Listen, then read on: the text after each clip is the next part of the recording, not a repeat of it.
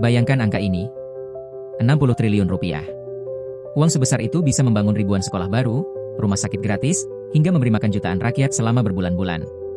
Tapi, bukan untuk rakyat, bukan untuk pembangunan. Uang sebesar itu justru hilang, karena 200 perusahaan besar di negeri ini ketahuan menunggak pajak. Dan pertanyaannya yang bikin publik panas, kenapa baru sekarang terbongkar? Bocoran laporan internal pajak mengungkap sederet nama perusahaan raksasa. Ada dari sektor tambang yang kekayaannya tak habis 7 turunan, ada dari sektor properti dengan gedung-gedung megah di tengah kota, sampai perusahaan digital yang setiap hari ada di genggaman kita. Selama ini kita anggap mereka pilar ekonomi, tapi ternyata di balik itu semua, ada praktik nakal. Pajak yang seharusnya masuk ke kas negara, justru dibiarkan mangkrak. Dan jumlahnya? Fantastis. 60 triliun rupiah. Yang lebih mengejutkan bukan hanya jumlahnya. Tapi, kenapa bisa bertahun-tahun, baru ketahuan sekarang? Apakah selama ini ada pembiaran?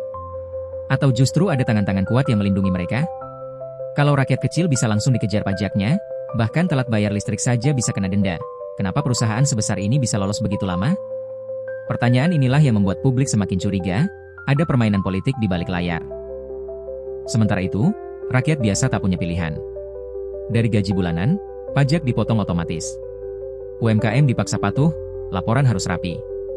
Bahkan beli pulsa listrik pun, pajaknya jelas terasa.